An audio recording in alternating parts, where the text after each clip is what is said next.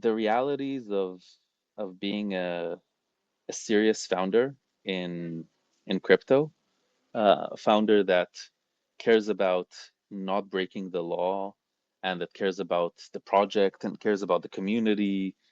It's a very, very difficult place to be in the current climate.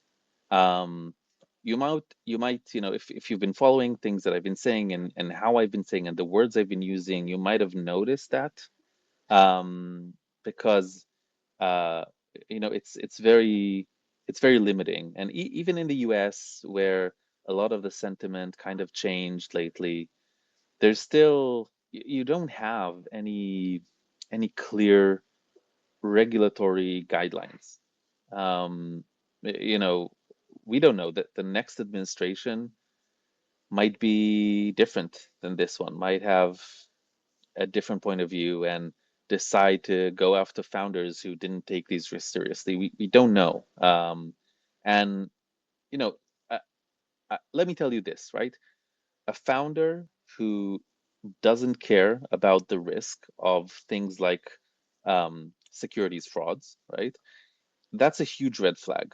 Um, because more often than not, this same type of founder is also the founder that doesn't care about any type of fraud, right? Including defrauding investors or users or the community. And there's a very clear correlation between founders who say reckless things from a regulatory or compliance perspective, and then go straight ahead to do backroom deals with shady players and manipulate the market. Um, for example, I believe ICOs are a much better method than everything that's happening today. I also write about it a lot, right? I believe what's happening today is like institutional pump and dump scams that are led by VCs.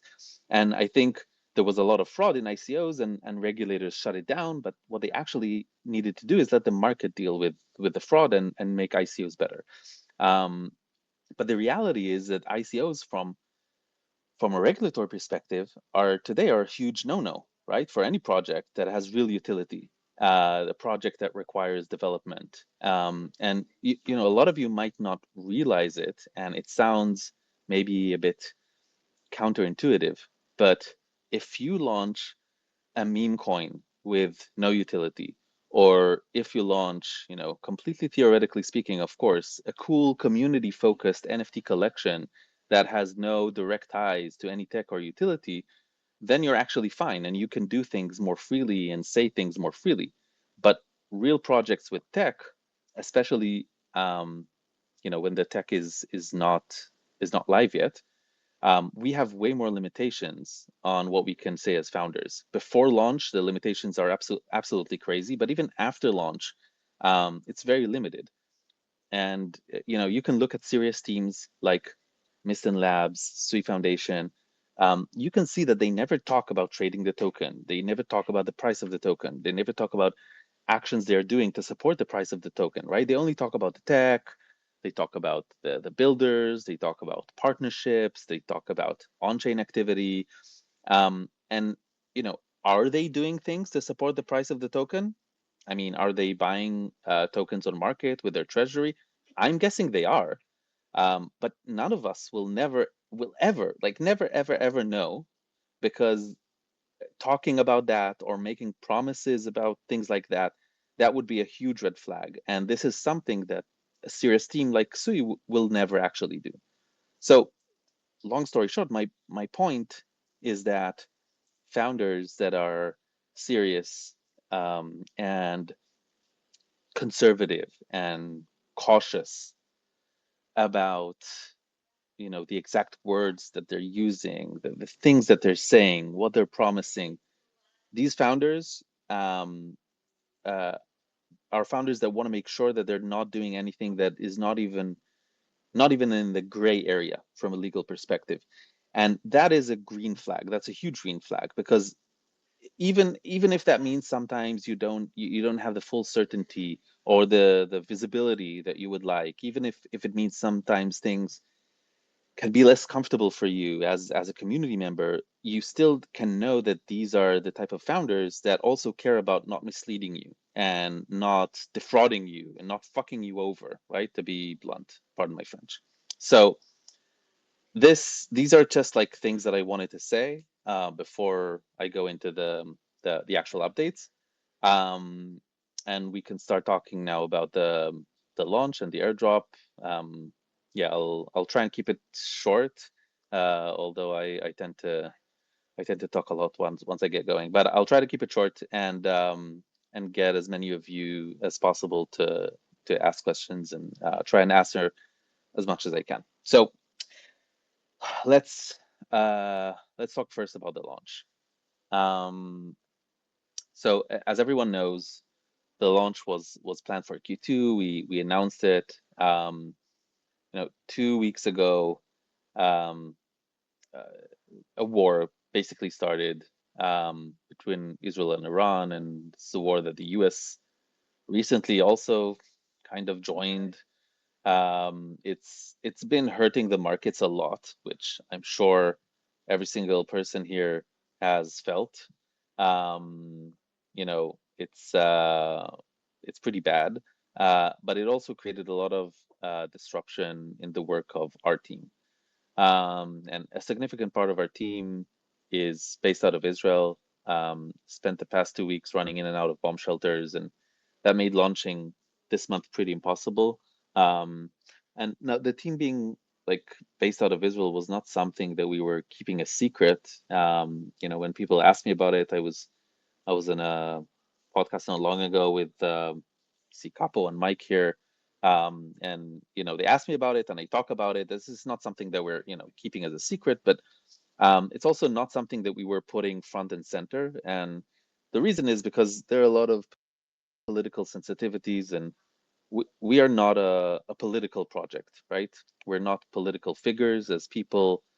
Even now on this space, actually, come to think about it, in most spaces that we do, right? The two people that are here representing IKA are a Jewish guy and a Muslim guy, and we're both, just immigrants chilling, working in London together. Like, we don't think about ourselves in political terms, right?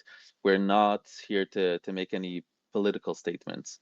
We're here to build, we're here to build amazing tech, groundbreaking tech, permissionless tech that will be globally available and will benefit everyone. Right? This is our goal, and this is how we see ourselves. But we're not naive, and even since yesterday, a lot of people started writing, talking about the team being out of Israel on X, and that information started spreading. And even since yesterday, we started feeling the negative impact of that. Our mods on Discord told me today that we're starting to see more hate comments that are being blocked on Discord. This is exactly the situation that we were trying to avoid, right? So this is also part of the reason why we were kind of hesitant of how we're going to talk about this and how we're going to announce this. So yeah, we are pushing back the launch to July. Yesterday we actually did the reinitialization of the testnet, which was something we were planning to do a couple of weeks ago. And things are moving forward, but moving at a much slower pace than the pace we needed them to move in order to launch this month. So you know, we already notified the um, exchanges, and um, we're not kind of setting a specific date yet, because we want to make sure that we're 100% ready before we set the date. But the moment that we do, we'll also let everyone know. Um, so we'll try to make it the delay as small as possible, but we also want to make sure that we have a successful launch, and that's what's really important here. What's important to us is we have a successful launch, that it goes off without a hitch.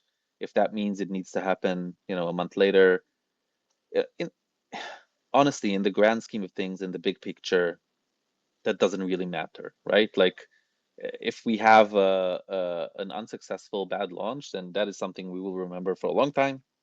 But if it happened in June or July, you know, it's uh it's annoying, but it's not a big deal. And this, this is actually like, this is one of my main points here, because the the people I am talking to here, I mean, I'm talking, there are over 600 people in this space, right? But the target audience, right, the people who I am talking to are the people who are in this for the long run, and the people who can see the big picture and want to be part of the big picture. And I'll be honest here, it's really, it's okay not to be in this for the long run. You know, some people might want to do a quick flip. Some people want to make, like, you know, fast profit, and maybe short-term speculation, and all of that is fine. And people can even want to do both of these things, right? They can want to be long-term participants of the community, but they also want to do, like, to make some money off of short-term speculation. Like, all of that is fine, right? But the short-term speculation is not the behavior that we are designing things for, right? This is not what we're optimizing for. What we're designing for is long-term community members, and people who have, the big picture in mind, people who want to be part of this journey. And I know that people who, uh, also people who are in this for the long run, they are probably also a bit disappointed, because everyone has been waiting. Like, trust me, I know, right? I've been waiting for years, right? But everyone has been waiting for IKA to launch. But also, I know that everyone who cares about IKA also wants the launch to be successful. And you know, this yeah, like, if that's your perspective, like, this is going to be something that's going to be huge. I'm in this for multiple years, then another month here or there, that doesn't really change that much. And as I said, I've been building IKA for almost 3.5 years now, since early 22. And for me, mainnet launch is, it's a really important, it's really exciting, it's a really meaningful milestone in this journey. But it's literally just the beginning. Um, when we founded this project, we knew this is at least a 10-year journey, right? And probably even more than 10 years. So these are kind of the time frames that we're thinking in. And when we're making decisions, these are the time frames that we have in mind. And that might not be ideal for people who have different shorter time frames, where the market, the market is really hurting everyone and effective everyone. I get all of that. And that's okay, but that's just not what we're optimizing for. And this, this is kind of the the segue to the next point, which is the airdrop. And before I get into the details of the airdrop and the reasoning, and talk a bit about exactly what we're planning to do, um, I want to talk about the basic premise, because I think this kind of um, gets a bit lost in the discussion. Um, so the basic premise of a project like IKA is that the value of the tech, the value of the system, um, everything accrues to the token. Um, IKA, we already published this in the blog post we did about the IKA token, but IKA is not a governance token. It's not a meme coin. In order to use IKA's tech, you need to have the token. You need to pay with the token to participate in the system. As an MPC signer, as a node operator, you need to have a stake of the token. This, actually, this was a pretty huge uh, point. Like, this was something that created a lot of contention with our early investors. So we always insisted that the entire deal has to be focused around the token. And employees and investors, they don't receive any type of any other instrument. equity or warrants for future tokens, and none of that like shady shit that projects do with VCs and employees behind the community's back, right? We were always very, very, very clear from day one that the value of the system that we're building, it all has to accrue to the token. And this is how we designed it, and this is the only deal that we ever had on the table. And even if we lost or didn't get certain investments because of that, and that means that the long-term success of the project, that has nothing to do with what airdrop model is chosen.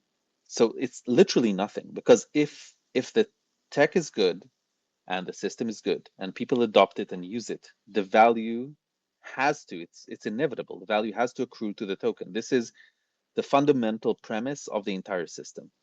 And if someone disagrees with that premise, it's fine, right? And if they think that this airdrop on model or that airdrop model, that's what determines the value of the token, it's a valid opinion. It's just that means that you don't believe in the long-term vision of the project. And as I said earlier, you're entitled to have that opinion, but we are not designing, we are not optimizing, we're not making our decisions based on that state of mind. So this is the premise that you know we are designing things according to, right? So the long-term value is based on the value of the tech, and you know because it has nothing to do with the airdrop model. Now the thing we can talk about is the short-term benefits, and we do believe that there are some short-term benefits to the MDrop model. Um, I'll give some of the details because I know we haven't talked about that yet. So we are planning to have a 3-month schedule, where the early withdrawal penalty goes down proportionally every day, and is denominated in SUI, not in IKA. So it also is sensitive to the it's insensitive to the IKA price. Um, we we know that we know that there are a bunch of different opinions, and I'll be perfectly honest, right? There's no real way of knowing. People can say this and that, and there's no real way of knowing what the future will look like and what will be a better choice. There's reasonable assumptions that we believe lead us to believe that there are short-term benefits in the MDrop model. But in any case, whether it turns out to be a good choice or not a good choice, it it won't have a lasting long-term effect on the project. That is the assumption that we have. And we talked to a lot of people about this. We talked to some prominent community members. We also talked to Miston Labs and SUI founders. And I have to say, it was pretty unanimous. Everyone we talked to, they all believe that we should do this MDrop model. And we were convinced. I mean, we think that they're right. They had good points. And look, it's you'll soon be able to come up and voice your opinion, your objections, but I think it stands to reason that anyone who wants to dump tokens immediately or to run some sort of short-term strategies, right, with tokens that they get from the airdrop, they won't be happy with an airdrop, right? Um, they might even be so upset that they'll try to run some super aggressive FUD campaign, trying to make us to change our mind, right? But but again, that's not the type of motivations and behaviors that we are designing things for. And honestly, if you think that this FUD is bad, uh, like you have no idea what's coming, because we had so much bot activity on the pre-nominated tasks.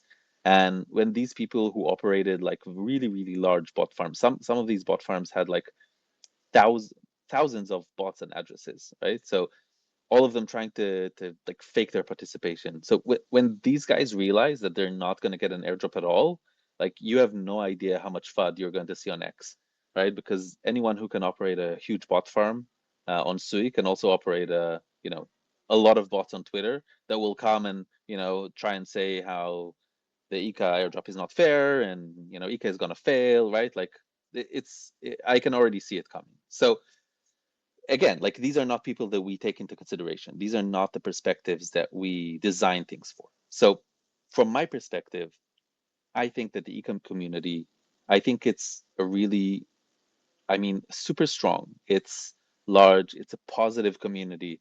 I've had the time of my life engaging with this community for the past few months, and I believe most of the community are in it for the long run. And I think that whether or not they're, they like or they dislike the M drop model, I think the real eco community should take a really strong stand against this type of FUD, right? The FUD that people are trying to do in order to make us change a decision because they don't like it. And constructive criticism is one thing, but going nuclear is another thing. And many of you here were probably in the early days in Sui, and the exact same type of people and bots, right, kept saying no airdrop, no community. This was like the mantra. And we all know where these people are today, right? They're all sidelined with their bots. They're all farming useless airdrops on other networks. And the people like you, people who actually believed in Sui and stayed long term, they were able to reap the rewards, right? They were able to actually enjoy the success of Sui. And and actually this is also got like a good time to talk about and to remind everyone that this initial IKA airdrop is exactly that. It's an initial airdrop, right? A long-term project like IKA with a long-term community also has a long-term community program. And we will, first of all, we will learn from every airdrop and make the next one better. But we will also do things like, you know, um, incentivizing on-chain DeFi participation and, over things like centralized exchanges.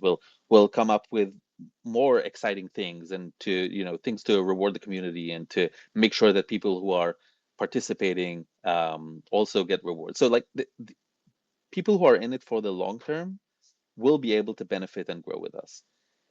And um, yeah, I think that's my take on everything. Oh wow, it's almost 30 minutes. Shit. I wanted to take much less, but yeah, I start rambling when I get going. So we'll bring on people now to ask questions. You can, feel free to speak your mind. Be mindful that there are, probably a lot of people that wanna. I see that there are like a lot of requests. So, be mindful that there are a lot of people that would want to speak, and I hope we can. Maybe we won't be able to have everyone, but we'll bring on as many as possible. I'll do my best to answer as much as I can. Uh, Please avoid asking things about the token price or actions that we're going to take regarding the token price, right? I said at the beginning, I can't and I won't discuss anything that's related to trading or token price or anything in that area.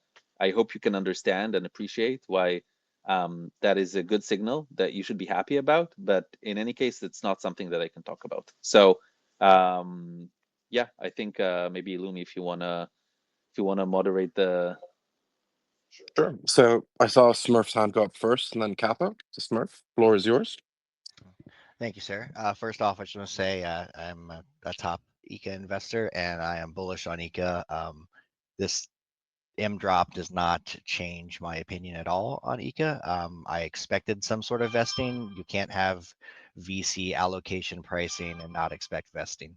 I think people reacted badly against it just because you came out saying M drop. I think if it was named something else, it probably would have been received a little better.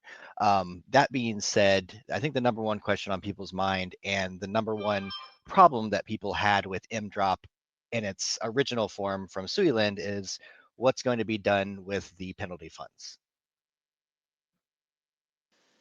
So, I mean, I understand that this is something that people wanna wanna know, but yeah, look, I alluded to the fact that I can't really talk about actions that we're taking, um, or taking or not taking, right? Anything like that connected to tokens. I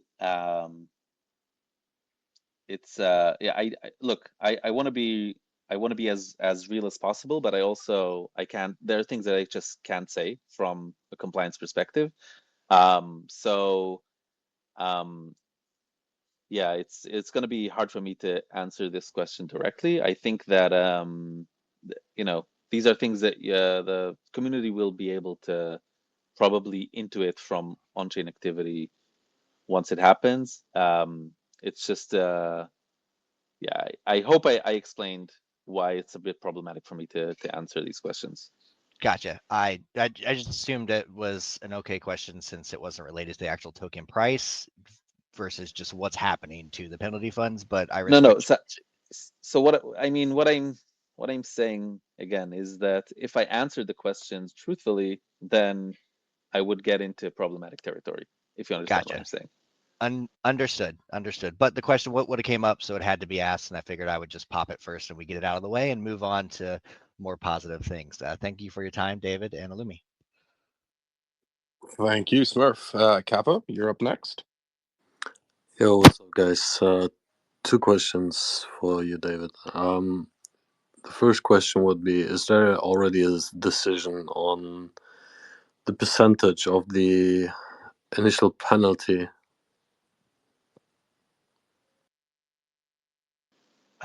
So the penalty is, first of all, it's going to be denominated in SUI, and it's going to, I mean, based on the launch price, it's going to be pegged to like half of the launch price, but then it will depeg as you know, the SUI IKA ratio changes, basically, if that makes sense.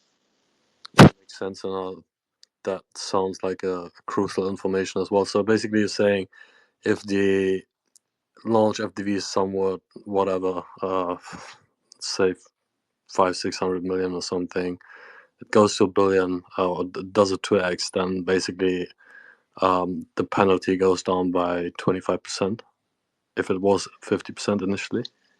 It goes down to 25%, so it goes down by 50%. But yeah. Okay. And the second question, I forgot it actually. What was it? It was quite important though. Oh yeah. So to pay the penalty, do I have to put up with the SUI from my side, or will there be like any mechanisms on the back end, for example, like flash loans or something, to be able to do that without putting up the SUI on your end? I'm actually not 100% certain about that mechanic. I'll have to check and get back to you. Thanks, I appreciate you. Hello, so you have your hand up next. Yeah, sure. Jim, everybody. I'm very bullish on IKA. Like, I like the fact that we are having these discussions early, right? Because the community needs to hear this. Just putting out a tweet sometimes is not enough. But yeah, my question. The first one is, please, can you explain to me, like a 5-year-old, right, how it is when you want to withdraw your, say for instance, you probably want to withdraw at that initial period and you pay a fee. Like when you say use SUI, what does that mean? Like in 5-year-old terms. Then before my next question. So I don't know if it's 5-year-old, but I'll make it very simple with like specific numbers, right? Imaginary numbers, right? It's not the real numbers, but let's say you know, there's a token Philos, right? And then the airdrop is an M drop, so what you get is actually M Philos, right? And let's say the price of Philos when Philos is launched is $1, $1 per Philos token, okay? And let's say at the time of launch, that's what we're all hoping for, the price of SUI is $10, right? Amazing. So what we're saying is I got an allocation of 100 M Philos, right? I can wait for 3 months and then just change the 100 M Philos to 100 Philos, right? And that's completely straightforward, and I don't have to pay anything. If I want to do it before the 3 months end, let's say I want to do it immediately as I get it, right, on day one. So on day one, I have the full, let's say it's 90 days, right, 3 months. I have the full 90 days penalty. And that means that for the 100 M Philos, I will need to pay the equivalent, if it's 50%, like I said in our case, you will need to pay the equivalent in SUI of 50% of Philos, which that means that the price per 1 philos would be 0.05 sui. Yeah, because 1 philos is 0.1 sui. So the 50% of that is 0.05 sui. So if I want to take the entire 100 philos, M philos, and turn them into 100 philos, I will need to pay 5 sui as a penalty, which equates to half of the value. But for example, if philos doubles in value, now philos is worth $2 each, right? I will still need to pay only 5, okay? Only 5 sui, which means that now, as Capo said, that's 25% of the value, because 100 philos is 200 $200, and because it doubled in value, and 5 sui is $50, that's 25% of 200. And then the M drop mechanism means that every day it gets linearly lower. So on the second day, you remove 1/90th, right? And on the third day, you remove another 1/80th. So after 1 month, the penalty is a third smaller. After a month and a half, it's 50% smaller. After 2 months, it's 2/3 smaller. And then after 3 months, it's there's no penalty. So I hope that was clear enough. But let me know if you didn't understand anything.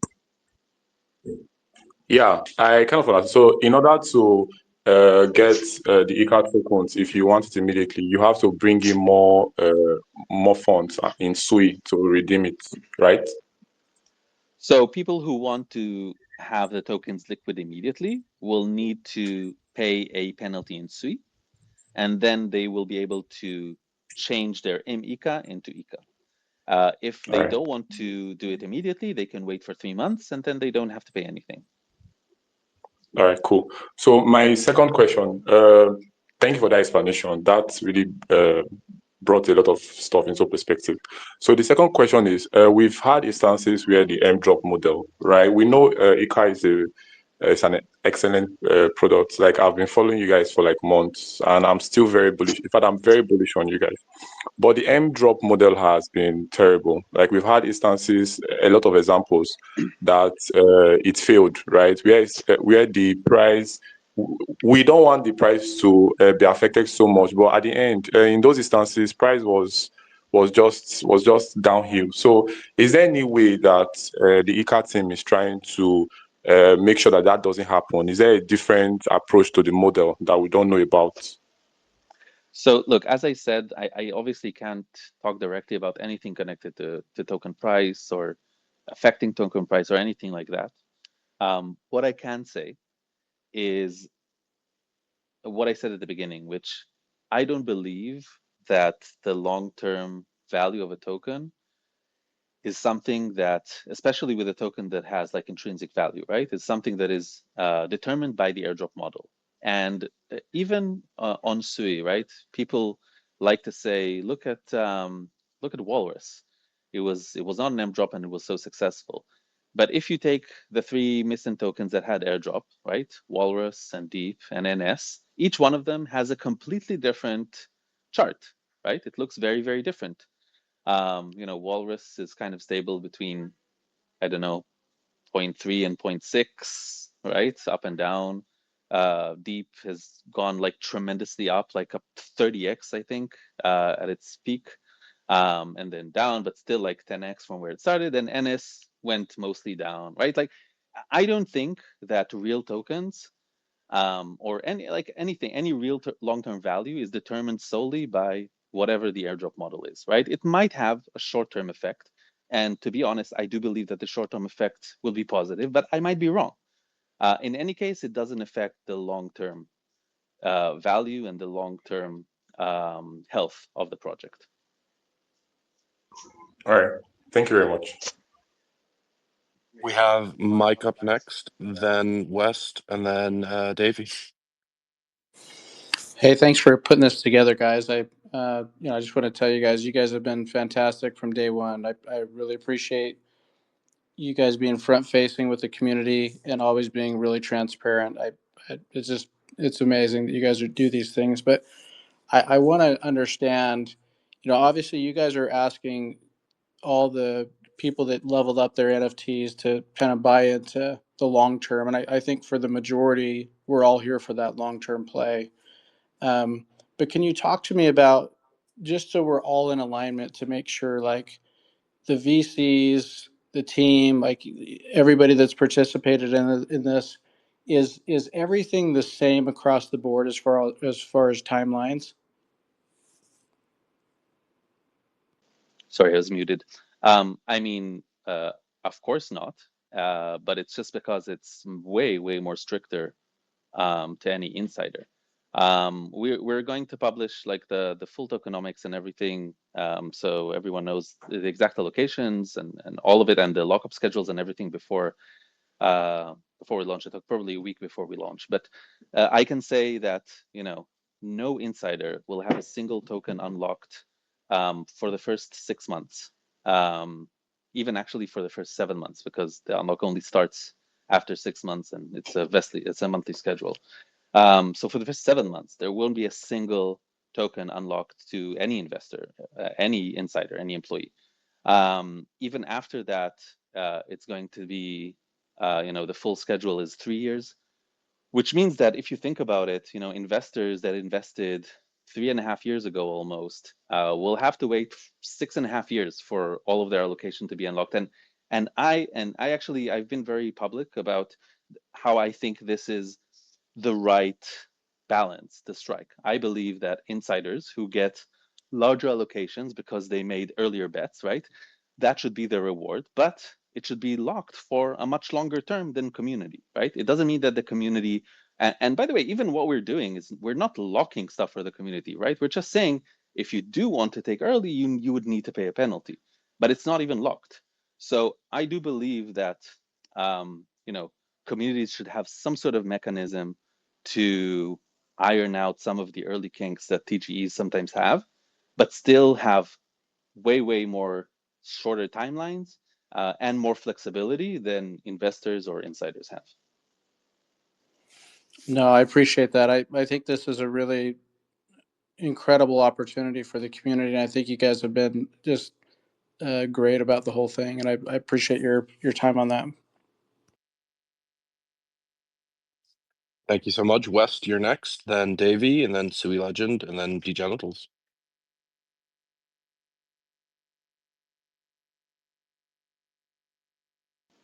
Think West rugged. Yeah, I think I did for a minute there, but I can hear you now. You guys there? Yep. Yep. Well, thank you so much for this time in the space. Honestly, I'm still very, very bullish. I could not be more bullish. I only hope the market helps. Wanted to maybe add some clarification. If it is going to be like the M drop, I would suspect that there would be a flash loan from Sui Lend.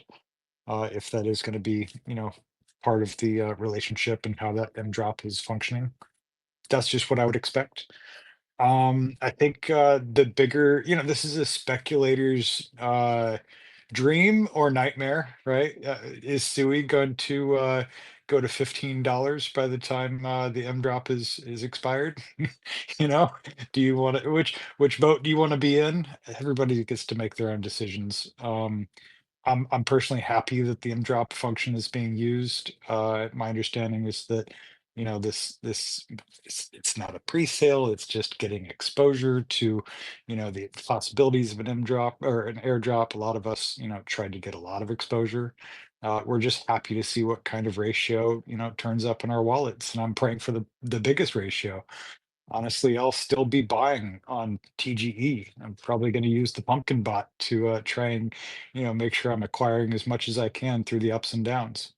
So that's my game, and really stoked to see the team pull this off and how it launches, and the next 2 or 3 months after that, how the token sustains. But I think it's really important for there to be like uh, a dovetail sort of experience between TGE and a bunch of people getting the first part of the liquidity with opportunities to sell with a short amount of time. The merits of the program and the progress of the platform and the adoption and different projects that are now able to launch because TGE finally happened is really going to, you know, make the value of the token more realized. And I do expect a lot of attention from a lot of other chains because a lot of people have been waiting for this TGE. So I'm super stoked. I'm super bullish. And yeah, when TGE. Thank you guys. So actually, you know, I don't know if people are following the news, and you know, things look like they're maybe escalating a bit. So I don't know if the situation is over or far from over. But as I said, you know, our main objection, or our main objective, is to make sure that we have the best possible launch. And if that means that things need to be delayed a bit so the dust settles and the market is ready to go back, then you know, that's what we need to do. I think that's in everyone's best interest.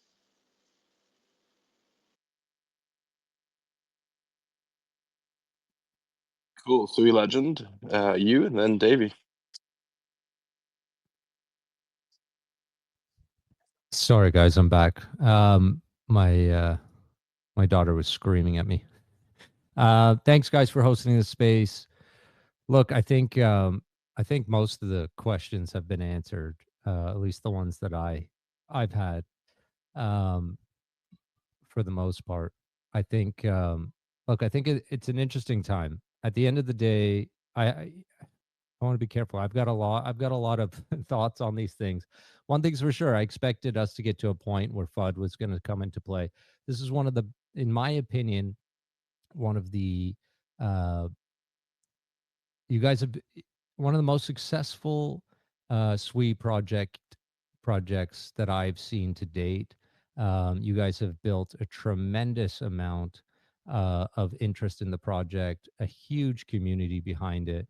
I have yet to see so much buy-in, organic buy-in from community before on a chain, on a project like you guys have done. And so, you know, for that, I think it speaks volumes. At the same time, I think we're in a position right now where, you know, global conflicts, market conditions, and so many other things are putting a lot of community members, investors, and people in Web3 starting to have, you know, stronger opinions, more fear, and a bunch of other stuff. Personally, and I tweeted about this yesterday. You know, I, like everyone else, don't like delays, but at the same time, I strongly believe that IKA plays an extremely pivotal piece in the evolution of Web3 and SWE. And I say that, and I don't say that lightly, over the course of the last 3 or 4 months. And so I think that this is bigger than just IKA. And I just want to say this because SWE as a whole and our ecosystem as a whole relies on the success of the builders and the projects within it. And what you guys are building truly adds a tremendous amount of value for Web3, but SWE. And so launching successfully is, to me, critical. And so, you know, having delays, as much as I don't like delays, I can appreciate how important it is that the launch is successful and that the team behind it actually gives a shit and is focused on the future success of the project in the space, and not just you know, feeding the appetite of the weekly sound bites, this insatious appetite of Web3 to make everybody happy. It is really tough because I've been there as an investor, I've been there as a director and part of projects. When you're truly building something that you care about, that you think is going to have significant value, and in the future of the space, it's really tough not to get emotional. And so, David, you know, I see your timeline, I watch, you know, I try to put myself in your shoes and others like you. It's not an easy thing when you care so much about a project and something that you've been building so closely, to be able to navigate sort of the dialogue that's out there. That said, I do believe that a lot of sort of the FUD, so to speak, is coming from the fact that there are a lot of people farming this airdrop and are excited at the cash and value of this airdrop, and to, you know, to add a layer to the script that sort of changes what they had maybe prescribed in their mind, you know, brings emotions out. But my personal opinion is that, you know, this M drop model, I actually think has a lot of value. I heard Philos and others talking about what it's done on other projects. I think every project is, you have to look at individually in terms of the chart and the, you know, all the other parts of the tokenomics and the timing and so many other factors that take place. You can't just put everybody in the same bucket and make the assumption that it's not a good model. I actually believe it is a good model. And I do believe that, you know, I am personally really bullish on what you guys are doing. I think for me, this is a long-term thing. So a month delay isn't, you know, doesn't bother me. An M drop model doesn't bother me. I'm someone that's really committed and convicted on SWE and those that are building real substance and value on it, which is exactly what you guys are doing. And then I look even deeper and I look at the fact that almost every project that I have spoken to over the course of the last few months that's building on SWE or thinking of coming to SWE, et cetera, is looking or already talking or working on integrating IKA. And so this is much bigger than just TGE, launch IKA, get the token out there. This plays a significant role in the future of our ecosystem. And it's so critical and important that it goes well that I really hope that you guys can kind of brush through. I'm glad that you're addressing it. I'm glad we're having spaces and talking about it. A lot of projects wouldn't do that, by the way. But I really hope that we can just have these spaces, have this dialogue, but as developers, not allow the noise to distract what you're focused on, because to me it's temporary. And I think, David, you said it very well. In hindsight, in a few months from now, no one's going to be talking about the fact that it was delayed a couple of weeks, right? It's just not going to be part of the narrative. Now, if things were rushed, if things didn't go so well on launch, if there were issues because it was rushed, those will stick forever. And those won't just affect IKA and people involved like myself in terms of, you know, wanting to invest and buy into IKA and those types of things. It's going to evolve and have an impact across and create waves across the ecosystem. So I think what you guys are doing is, you know,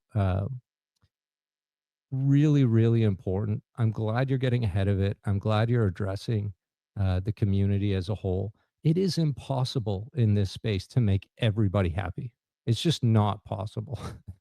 Not at all. And so I think what Miston has done a great job at, the foundation has done a great job at, and we can take notes from this, is try to ignore the noise as a whole without degrading the community or minimizing the importance of the feedback that's being presented out there, and really just stay focused on the objective itself, which is creating IKA and providing this really unique, disruptive path towards the future of Web3, and let everything else speak for itself. Because I know that my conviction hasn't changed one bit. I have full faith in you guys and your team. I am, you know, I'm truly sorry, geopolitics aside and everything else aside, I'm really sorry that your team is impacted by what's going on around the world. It can't be easy. You know, I think being separated from it, but watching it on TV and that kind of stuff. I mean, everyone has their own opinions, but at the end of the day, it just can't be an easy position to be in, getting ready to launch. At the same time, I don't think it is a good time to launch right now anyway. And so, you know, I have my own opinions on everything. But I will say this. We have one of the strongest, smartest teams in the world building an incredible project right here on SWE. My conviction lies on SWE and what we're building. And it's so great to have teams like you guys. And I know this isn't a circle jerk type of space, but it's really important that we have founders that actually give a shit about what they're building and aren't just focused on some quick liquidity events. And I think anytime you're building something serious, you're going to have people out there with mixed opinions. And it doesn't matter. That's all part of what we do here in Web3. And so keep doing what you guys are doing. all the power to you. I'll be right there with you guys, along with, I know, a huge part of this community. And my only advice would be stay focused on the path that you're headed on. Provide as much clarity as you can along the way. I think it's going to be great once, David, you mentioned all the tokenomics and stuff will be presented and transparent to everybody. I think that's a really great way of providing transparency as well and calming maybe some of the fears. But this hasn't changed my conviction at all. And if anything, I'm even more convicted in you guys, because I think, it's times like these sort of tough market conditions, challenges with delays or whatever, that really bring out the true people behind the projects. And I think you guys are doing a great job at mitigating it and really staying focused. So that's my 2 cents. Thanks. I appreciate it, and I appreciate the very subtle criticism, constructive criticism that I recognize, and that's thanks for that. I love it. So up next we have Davey, then Degenitals, then Intellectuality, Stoic, and then back to Smurf. Davey, the floor is yours. Yeah, I was going to ask questions, but instead I'll use my floor time to breakdance, if that's okay. All right, breakdance is over. But seriously, actually, I have a different kind of question because I think a lot of the tokenomic stuff is whatever covered. I'm a dev. I've been super excited to use IKA and bringing over a lot of game assets from other chains that people have ownership from years past. And I'm wondering how you guys feel the state of readiness is for developers in terms of like documentation and examples that are existing right now for us to be able to start using IKA in general, so that we can increase the value of it. But like I said, been waiting for a long time to be able to get in and use it. So, yay.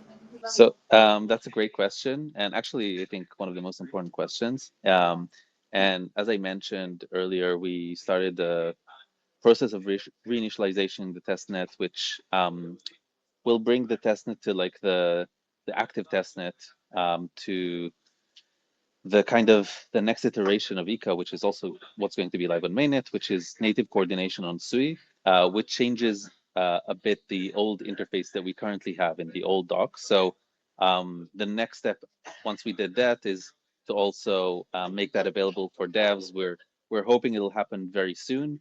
There are currently devs that are building, but it does, I agree with you, require a much higher level of friction, and people kind of need to figure things out by themselves, which is it's not super convenient. So it definitely I hear you, and this is definitely one of our next goals, to have available for devs as soon as possible.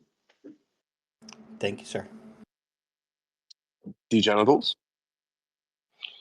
Hey, what's up, guys? Thanks for holding the spaces. I have a couple of questions. They're not as good as everybody else's, but first one, David, will you publicly apologize for calling us airdrop hunters? Because my feelings are really hurt about that one. I like you.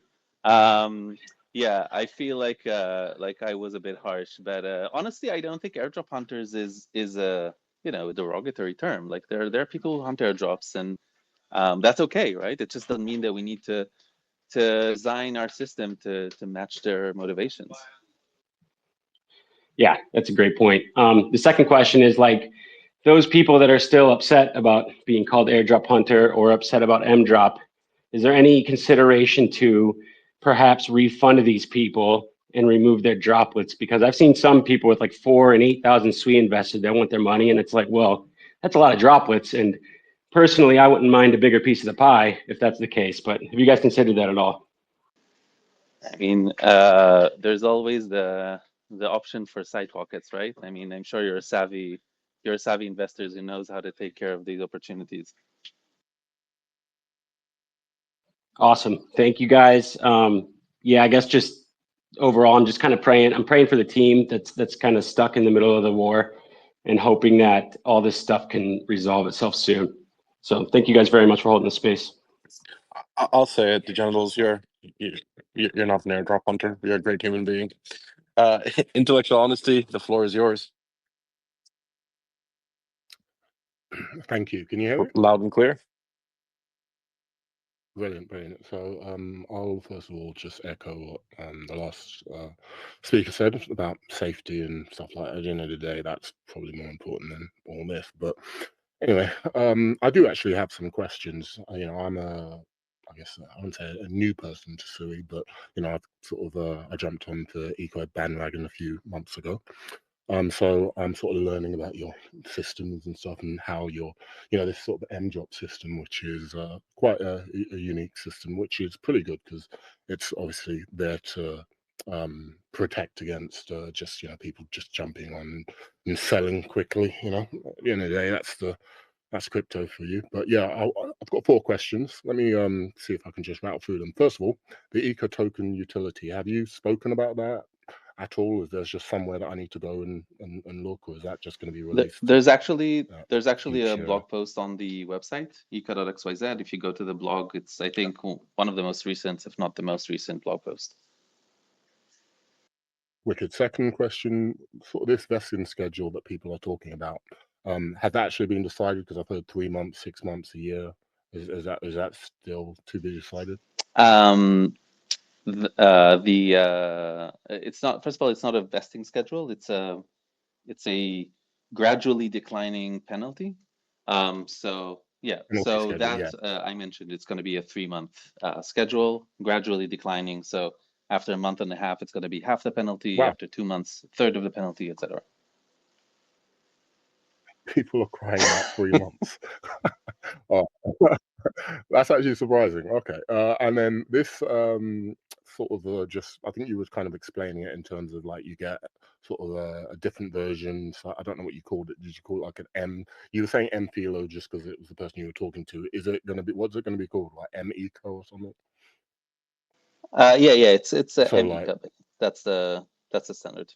okay, so the question is like, with this eco, will you be able to participate from day one in sort of the ecosystem, like, or will you need the actual version of the eco to So participate? the M ECA is only, the only thing you can do with it is turn it into ECA, and because ECA is a real utility token of a real network that is used for staking and gas fees, like it's not like we don't have 2 types of tokens like that, right? The only thing you can do with M ECA is turn it into ECA.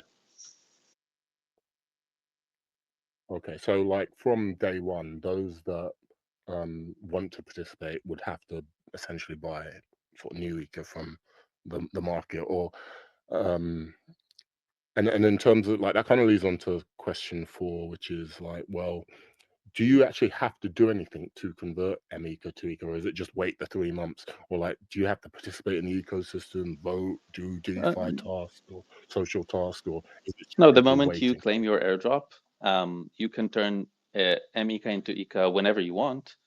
I mean, the moment the network is launched, right, and the token is live, you would just, if you do it before the 3 months end, you will have to pay a penalty based on how soon you did it. Okay, but if you didn't do this, if you just wait the 3 months, you're saying that essentially you get 100. You can also wait, 6 months or a year, right? It doesn't matter. Okay, and in terms of like, let's go.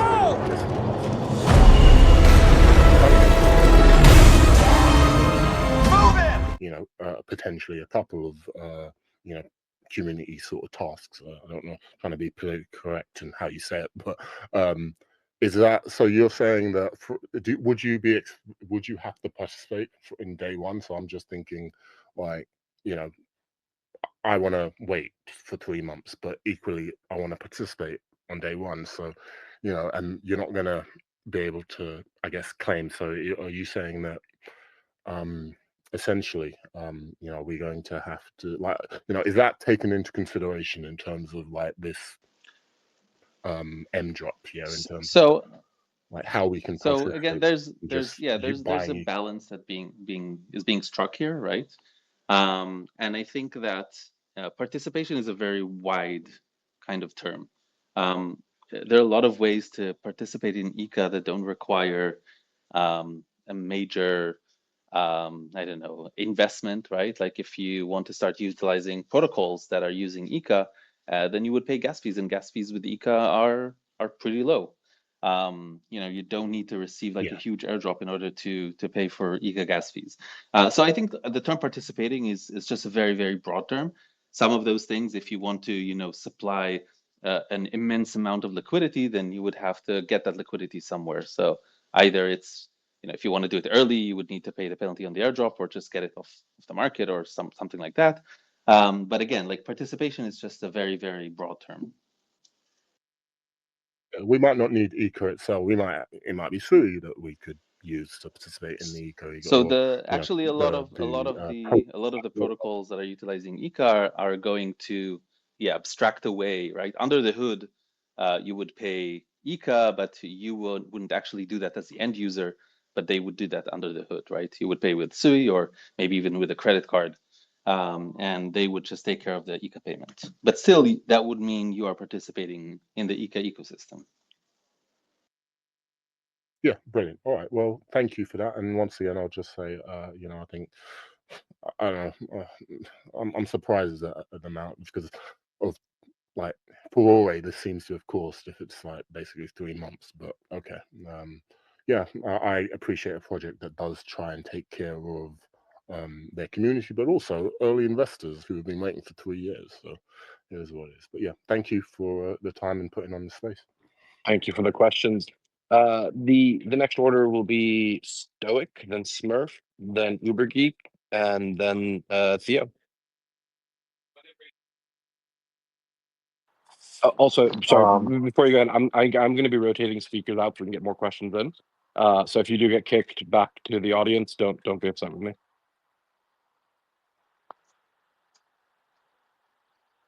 So am I audible? Loud and clear. Awesome. So yeah, I was about to ask something, but also while being in this space, I just realized Smosh said something very cool, which was getting to invest at near VC valuations or VC valuations with just a 3 month lockup is a pretty good deal, which I think is very true if you look at it that way. So that is one way to go about this. But yeah, other than that, I think there are a lot of people who like put in big money behind IKA and like went all in, have a lot of skin in the game. And if you look at it that way, like logically, they have zero incentive to fund IKA.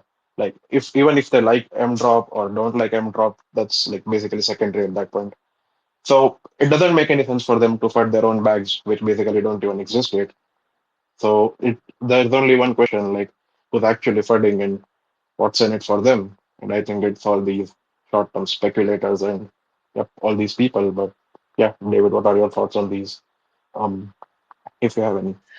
I mean, look, I just got a very gentle talking to from Sui Legend to be kind to people who get emotional about things like that, and I think he's right. I think it might be what you're saying, but it also might be just people who had a certain image in their head of this really great airdrop that they're going to get, and they had plans for it, and they thought about how they're going to use it, and maybe they even are thinking about selling some of it, keeping some. I don't know, like they have this whole plan in their head, and now things are changing and they're reacting emotionally to it. And I think Sui Legend is right, and the right response to that is to be very clear about what we're doing and why we're doing it, and be communicative, but not to engage or let the emotions and the noise to get to us, if that makes sense. I think it does make a lot of sense, and I definitely look forward to that, among other things. But yeah, definitely, if all of us can just shift our perspective a little bit towards thinking like this is getting to invest in a good project at a good valuation with just 3 months vesting, I think that's a pretty good way of looking at it. It's not like we're gonna probably get a very good market right now anyway, so I don't mind. And I really look forward to how it goes. Good luck, guys. All right, up next we've got Smurf, then Uber, then Theo, then Nigri. All right. I think I had a couple of things to add here. I think first of all, I mean, you have to look at what IKA has delivered so far. and the FUD that resulted from this announcement is unjustified. I mean, if you just look at David's timeline, he is entirely about the community. I mean, how many projects give the community early stage VC pricing and deals? I mean, they haven't, aside from the delay, which is to be expected. There's delays in Web 2, Web 3, everywhere. I mean, delays happen. It is what it is. They have not failed to deliver for the community, and I don't see them failing to deliver to the community in the future. I think we just need to let it play out. So I'm all about that. Secondly, I think due to the way that IKA does things, I think you should just rename M drop to the motherfucking squid drop market, and then there won't be any more FUD because it won't be M drop. Hey, well, you heard it here. It's not an M drop. It's a MFSM drop. Exactly. There we go. FUD solved. Let's move on. Thankfully, and yeah, that's all. That's all I have for you guys. Yeah, thank you, Smurf. Up next, Uber. Oh damn, Smurf, you made me laugh. That's funny. But yeah, I have only two things. I want to say because this is a really technical project, and I think a lot of people still don't understand what they're actually doing. I think how the team did their approach, and I think it's specifically Louis behind the main account for the community engagement and made it fun. I think that has a double-edged sword, right? Because people are engaging with content on X, and yeah, feeling and they found their home. On the other side, I think the tech side is then a little bit undervalued because that's the game changer here. I think if IKA is successful, everybody on SWE, IKA is going to be successful. I need to rephrase myself. IKA is going to be successful. That's going to add so much value to the SWE ecosystem. It's insanity. It's insane. We don't even comprehend what is going to happen. If IKA pops off, your SUI bags will look so beautiful. You don't even can imagine how that will go. But that's what I truly believe. I definitely need to give her the heads up to Illubi how he bound all those individuals behind this community because it's so hard. If you are a technical project with a lot of cryptographers coming from Web3, military defense, and everywhere of the world, and make it fun to engage with, that's the hardest thing you can do. And I think Illubi did an amazing job. And I think also that of David did a great job. And I think David grew into his role and maybe a little bit too far, as he mentioned himself. Maybe trolling a little bit too hard sometimes, but I think you guys are a golden duo on Sui. You guys are amazing for the Sui ecosystem. If you guys pop off, everybody in this space on Sui is going to be very, very happy because you are guys going to change, yeah, the Web3 for the rest of everybody. It's going to be a game changer. Sui is already a game changer, and IKA on top of it. It's like the golden duo, and that's what I wanted to add. And maybe this is one thing. Maybe if there's any announcement, it's hard because X is hard, right? But if there are any technical announcement, maybe you need or announcements about things what's going on, pin them onto the main account. I know that you can only pin one thing. That's shitty. But then people can actually find it because I know there's a lot of content being pushed out, and I love what I see though. It's definitely one of my favorite. Ika Chen is definitely one of my favorite characters out there now. But besides that, heads up to you guys. Keep doing what you're doing, and yeah, delays will happen. If you look at oh, we don't. Yeah, we'll talk a little bit about the Eat Mammoth chain. When they hard fork came, they kept delaying it, delaying it, delaying it, and I think this is only a small delay in comparison what it's going to bring to this ecosystem. If you believe in SWE, you will believe in IKA. Stick behind them. And I want to know who started this FUD Illumi because they are now my competitors. I'm selling FUD packages, man. They cannot do that. That's so nasty. They're killing my business. I think all credit goes to David in finding out who started this. I was at a wedding yesterday, so I was AFK. I will say this. I will say that the quality of shitposts has not been impacted by recent events. It will continue to produce beautiful pictures and videos of Ika-chan. and that has not been impacted at all. So that's something that I will stay true to. Up next, we have Nigri, then Theo, and then to West. Thanks, Lumi, and thank you, David. First of all, I hope you all are okay right now and well, especially in the time that we have. And I would like to point out that it's super normal to have delays, especially in a decentralized world that we live. So we know there's employees in any companies that might be impacted by overall what's happening in the world. So I'm very happy to know that I'll actually ask if everyone's okay, David, and if everyone is okay, that's very, very nice to know. But my question is more involved. You were saying about designing airdrop models to have people who are actually engaged and into the community to be long time holders, like long time supporters, right? How do you feel that MSend impacts that, because you're not able to use the token for 3 months, and how can we create a design that includes everyone who waits for the full period?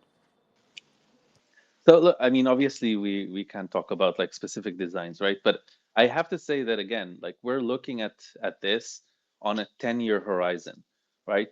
3 months is not something that is, you know, particularly significant in a 10-year horizon. And whatever it is, right? Of course, we won't, you know, let any specific model that an airdrop was created on to affect how we design the future one. So like I don't see that as something, you know, TGE is a very specific event that has its own dynamics, and we need to create things that have maybe some trade-offs, but are specifically fit to make sure that that they align with how TGEs work. Yeah, I don't feel like in the time horizon that we're talking to and the long-term community that we want to build, that, you know, 3 months of having some sort of penalty in order to withdraw an initial airdrop is something that is significant.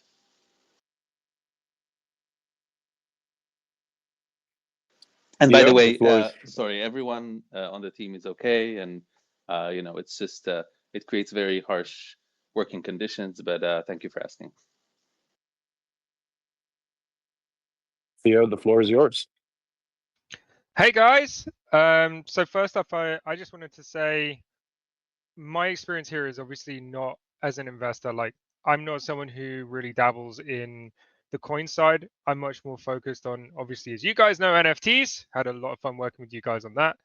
And that's kind of where I wanted to talk about, because I think everyone here is focusing very much on the IKA coin drop, which great, amazing. I think we've covered quite a lot of different aspects of that, and I think it's really good you guys are directly addressing so many of these different aspects of how to manage all of these different things around TGE. But I wanted to ask some questions around the NFTs, because obviously you guys are also cooking other stuff. I just wanted to know, have you got any plans for the NFTs? Have you got any plans for longer term utility outside of the network stuff, and just general community interaction and activations on that front?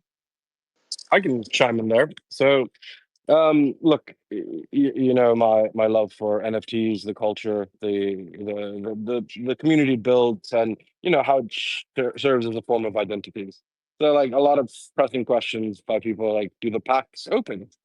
And they will. They do.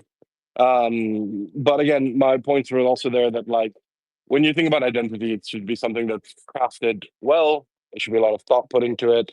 You know, very excited to stay working with a very strong art team that's been helping shape what the Ika-chan identity looks like. I think there's going to be a fair bit to show in the next couple of weeks in that regards. So I think the long and skinny, what I can say here is that yeah, there's more to it. And for me, it's a part of identity and how that identity transforms by what you do on chain and how you use Ika. So that's what I can speak for now. But you know, on a much more like lighthearted note, yeah, there'll be stuff to share there very shortly. Cool. Thank you very much, man, and best of luck for everything. I think it's going to go really well. Thank you, Theo. Wes, the floor is yours. Hey, yeah, so we talked about community lockup. I was told community was first to eat, so let's talk about the insider and VC lockup. Much longer, I hope. I mean, I addressed it earlier. Oh, I'm sorry, I had to take Yeah. a phone call. I apologize. Okay, so yeah, catch up from the community. Sorry, my bad. Do you want to just quickly cover off again if anyone news jumped in since then, David? I mean, in general, yeah, it's much longer. It starts at a lot. It's a lot after. So uh, after 7 months, only things start to get unlocked, and it's a 3-year schedule. So yeah, much longer schedule. And Sounds very there's no healthy. way Yeah, to pay a penalty and get it out early. nice, nice. Well, that's good to hear. Thank you. All right. I think we've covered off a lot of questions, and I'm sure there's a lot more questions that need to be covered as well. There's a lot of people that drop stuff into the comments. I'm conscious for time because I am like 24 minutes late to a call, and I've got another back-to-back call afterwards. I am going to have to wrap it up, but we will have we will continue this conversation. I know there's still probably some questions from other people, but I do think we've covered a bit of ground here, and I think there's still a bit for people to digest. But I think what I want to put clear is that we're a very accessible team. We're very open with our communication. Can we communicate things earlier, as earlier as part of the space that Dave mentioned? Yes, we could have, and we're learning as we go. But we've always been very open. We always plan on being very open going forwards. And yeah, David, I want to leave it for you for any closing remarks, and we can speak again soon. Yeah, thank you everyone for joining. And I know a lot of people, like I see there are dozens of requests. I know a lot of people didn't get a chance to talk. We'll see if we can maybe have another one of those soon, or maybe we can answer some things on X or Discord or other places.